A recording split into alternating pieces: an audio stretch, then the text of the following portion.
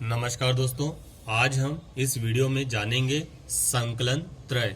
संकलन त्रय किसे कहते हैं, इससे संबंधित प्रश्न मध्य प्रदेश की बोर्ड परीक्षाओं में व प्रतियोगिता परीक्षाओं में पूछा जाता है।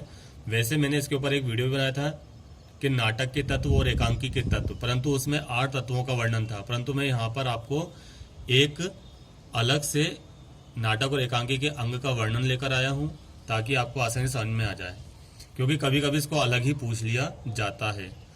संकलन त्रय का तात्पर्य है 3 तत्वों का संकलन होना, यानी कि संकलन त्रय मतलब क्या होता है, 3 तत्वों का आपस में जुड़ाव होना, साकल जुड़ जाना, यानी कि 3 तत्वों की आपस में साकल जुड़ जाना मजबूती से, इसे ही हम संकलन त्रय कहते हैं।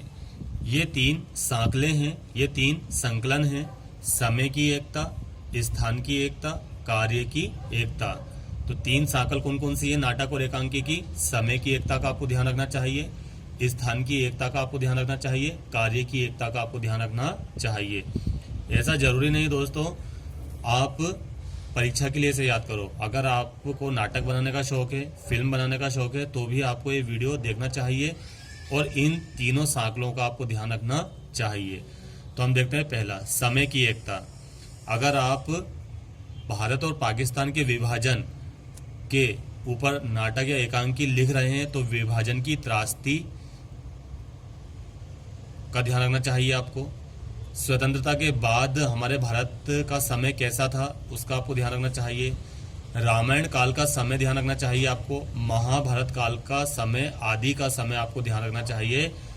यदि आप महाराणा प्रताप या फिर भारत पाकिस्तान या फिर राम जी या फिर कृष्ण के ऊपर कुछ भी नाटक बना रहे हो, एकांकी बना रहे हो, तो आपको उस काल का समय ध्यान रखना चाहिए कि उस काल का समय किस प्रकार था। फिर दूसरा, स्थान की एकता। ठीक है, यदि आप भारत और पाकिस्तान के ऊपर नाटक या फिर एकांकी या फिर फिल्म बना रहे हो तो उसमें विभाजन के समय लाहौर और दिल्ली की रूपरेखा कैसी थी, उस समय वहाँ की सड़कें कैसी थी, मकान कैसे थे, तो उसी समय का आपको सेट बनाना चाहिए। तो ये देखो स्थान आ गया, तो यहाँ पे देखो समय भी आ गया, उस समय का स्थान, यानी कि उस समय का लाहौर, उस समय का दिल्ली कैसा था, उस समय का भारत कैसा था। फिर यदि आप स्वतंत्रता के बाद का बना रहे हो तो स्वतंत्रता के बाद की दिल्ली का स्थान कैसा था, तो वहाँ की सड़कें कैसी थी, वहाँ का मकान कैसा था। यदि आप आज के ऊपर बना रहे हो आधुनिक काल में, तो आज की दिल्ली पूर्ण रूप से बदल चुकी है, तो उसका आपको ध्यान रखना चाहिए। अगर आप महाभारत बना रहे हो, रामायण बना रहे हो, उस समय की अयोध्या और इस समय की अयोध्या में बहुत जमीन आसमान का अंतर है, उस समय की दिल्ली और आज की दिल्ली में जमीन आसमान का अंतर है, तो इन बातों का आपको ध्यान रखना चाहिए काय में, संकलन त्रय में। फिर है तीसरा, कार्य की एकता। कार्य की एकता कैसे? उस समय की भाषा का आपको ज्ञान होना चाहिए कि उस समय कैसी भाषा बोली जाती थी।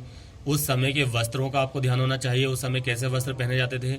उस समय के आभूषण का आपको ध्यान रखना चाहिए कि उस समय किस प्रकार के आभूषण चलते थे।